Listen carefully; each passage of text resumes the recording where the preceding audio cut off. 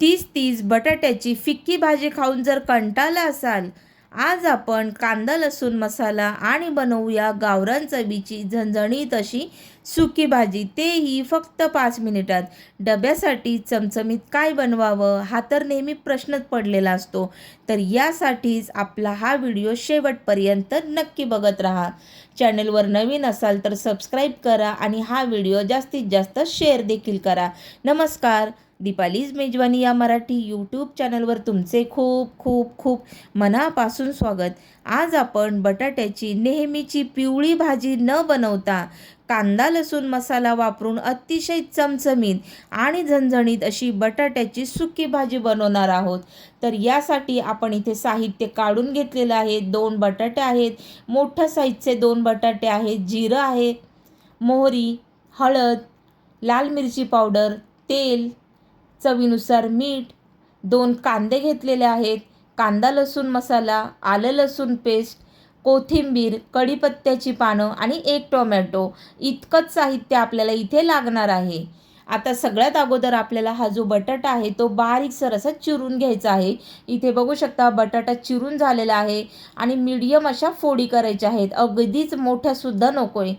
2 चमचे तेल कढईमध्ये गरम झालेलं आहे. मोहरी घालायची. मोहरी छान फुटली की जिरं घालायचं आहे. जिरं छान फुललं की कांदा घालून घ्यायचा आहे आणि कांदा हा आपल्याला गुलाबी रंगावरती परतवून घ्यायचा आहे. कांदा आपला गुलाबी रंगावरती परतून झालेला आहे. अर्धा चमचाभर आपल्याला आलं लसूण पेस्ट घालायची आहे आणि त्यानंतर हे व्यवस्थित असं ढवळून घ्यायचं आहे. टोमॅटो घालायचा आहे. टोमॅटो मऊसूत असा करून घ्यायचा आहे. टोमॅटो मऊसूत होत आला की त्यानंतर यामध्ये हळद घालायची आहे, कांदा लसूण मसाला आणि मिरची पावडर. इतकं आपलं हे मिसळून झालं की व्यवस्थित हे ढवळून घ्या. त्यानंतर आपल्याला इथे बटाटा घालायचा आहे आणि बटाटा घालून ना व्यवस्थित असं मिक्स करून घ्यायचं आहे. आणि मिक्स झाल्यानंतर ना आपल्याला झाकणावरती साधारण 2 चमचे इतकं पाणी घालून घ्यायचं आहे. मीठ घालायचं आहे चवीनुसार. पुन्हा एकदा हे ढवळून घ्यायचं आहे आणि हे जे पाण्याचं ताट आहे ना तर ते आपण ठेवून घेणार आहोत कढईवरती. आता हे पाणी आपण मध्ये मध्ये थोडं थोडं घालणार आहोत.